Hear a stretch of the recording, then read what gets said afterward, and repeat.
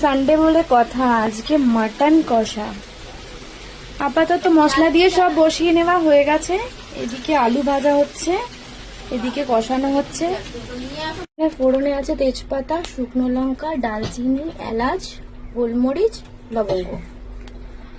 বাকি এখানে রেডি হয়েছে রসুনের পেস্ট, এখানেও পেস্ট হয়ে গেছে আদা পেস্ট।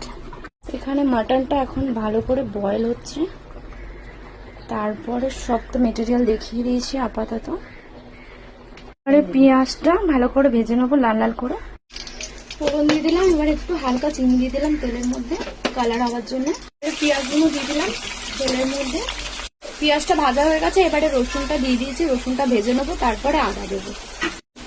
একটু হলুদ, লঙ্কা, জিরে গুঁড়ো আর একটু ধনে গুঁড়ো দিয়ে দেওয়া হয়েছে। নুন দিয়ে দেওয়া হলো।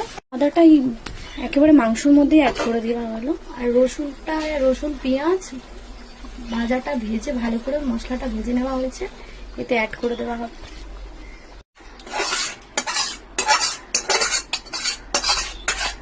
আলু দিয়ে দেওয়া হয়েছে। উফ, মাটনের কালারটা অসাধারণ এসছে, অসাধারণ। স্টিম ওয়াটার দেওয়া হলো, এই গরম মশলা দিয়ে দিলাম। উফ, মাটনের কি কালার হয়েছে, সত্যি তেল ছেড়ে দিয়েছে পুরো।